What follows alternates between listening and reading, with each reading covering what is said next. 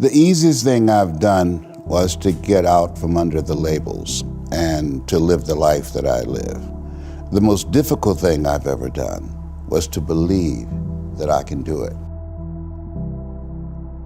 The difference is that when you don't know what's impacting you, and it's something that's holding you down and you're not aware of it.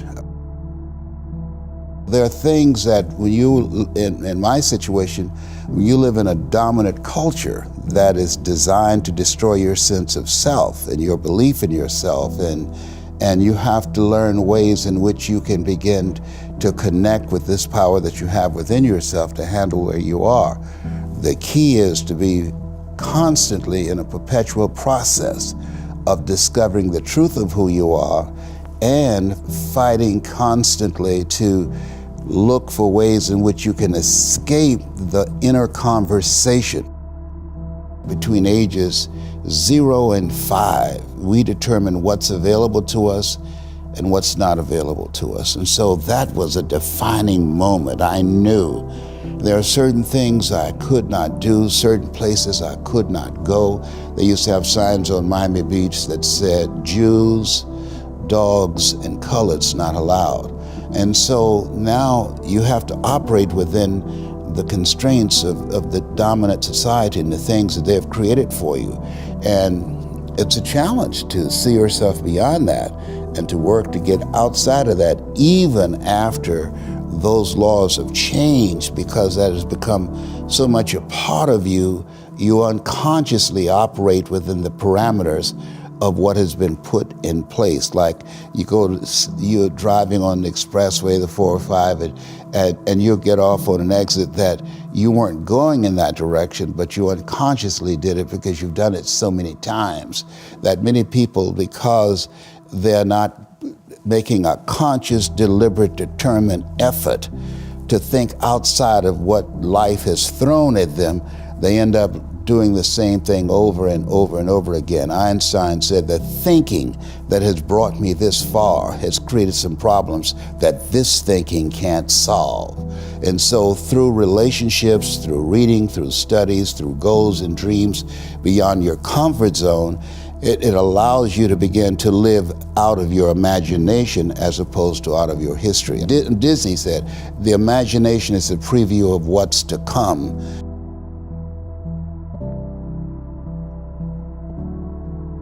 They have to expose themselves to something that will give them a different vision of themselves. And in addition to that, they have to put themselves in a community of what I call OQP, only quality people. A gentleman who dramatically transformed my life, I was a junior at Booker T. Washington High School in Miami, Florida, and I went in his class looking for another friend, and he said, go to the board and work this problem out for me.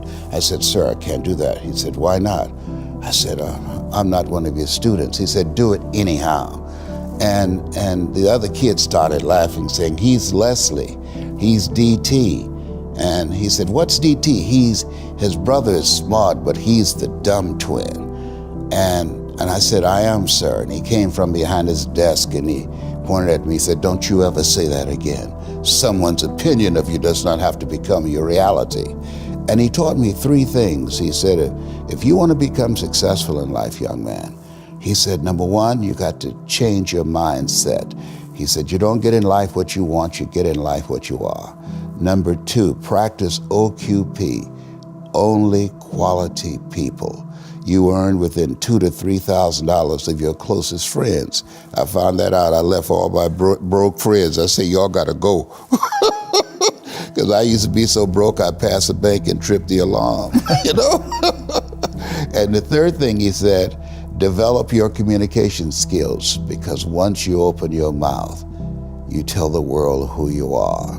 He said, those are 3 major things that you want to work on that will liberate you from living in Liberty City, living in poverty in Overtown.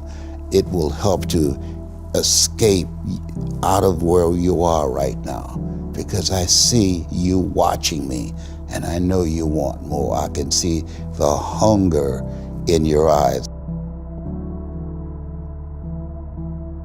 You get hungry by finding something that's you. I believe that all of us are born unique, but most of us die copies. You got to find out what is it that turns you on, what resonates with you. One of the things that I realized and what allowed me to become successful as a speaker, the speaking industry has been hijacked by people who speak to sell, and it's okay to do that and make money.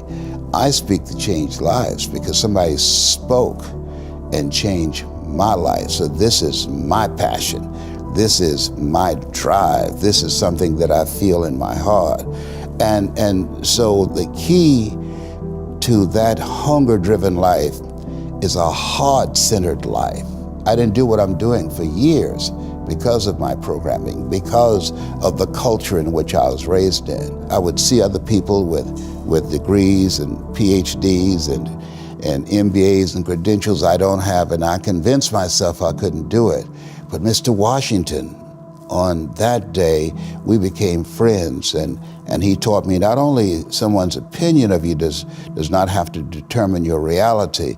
He said that you have to work on yourself and you have to have an unstoppable attitude, and no excuse is acceptable, and you got to make it a priority, a non-negotiable in your life, and hold a constant vision of what it is you want to achieve. See it accomplished and go all out. Find a way to win. In spite of the setbacks, in spite of the disappointments, in spite of your failures. I tell people when I'm giving presentations, you will fail your way to success. I have a saying, is life knocks you down, try and land on your back, because if you can look up, you can get up. And so those experiences of going after goals that's beyond your comfort zone, and having relationships that will challenge you, and surrounding yourself with coaches and mentors who can take you to a place within yourself that you can't go by yourself because you can't read the label when you're locked in the box.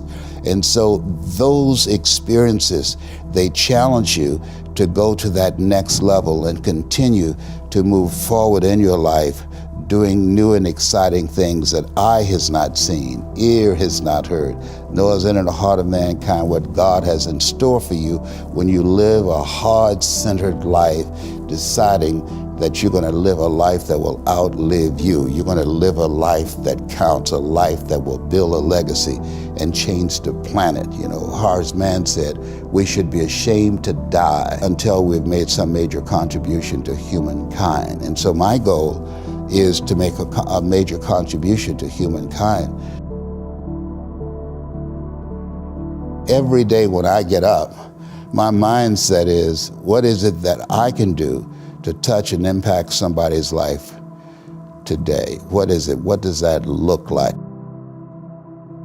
Don't live the life that has been given you by their circumstances, by the people that's around you. That Sidney Poitier wrote a book called The Measure of a Man. And he said, when you go for a walk with someone, something happens without being spoken. He said, either you adjust to their pace or they adjust to your pace. Whose pace have you adjusted to? And so there are things that we pick up and we think that they're our choices, but they're the choices that we've been programmed by life to do. When we leave our homes in the morning, we're bombarded with over 6,000 advertising hits through Facebook, through Twitter, through Instagram, through television, through our phones and through our communities, and through the computers. And so all of these things are impacting us every day.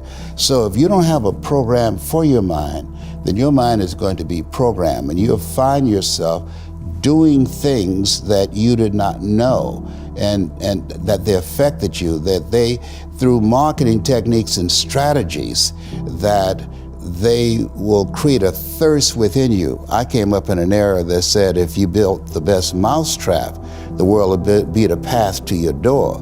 But if you know marketing, people will sleep outside your store to buy a telephone they've never touched or seen.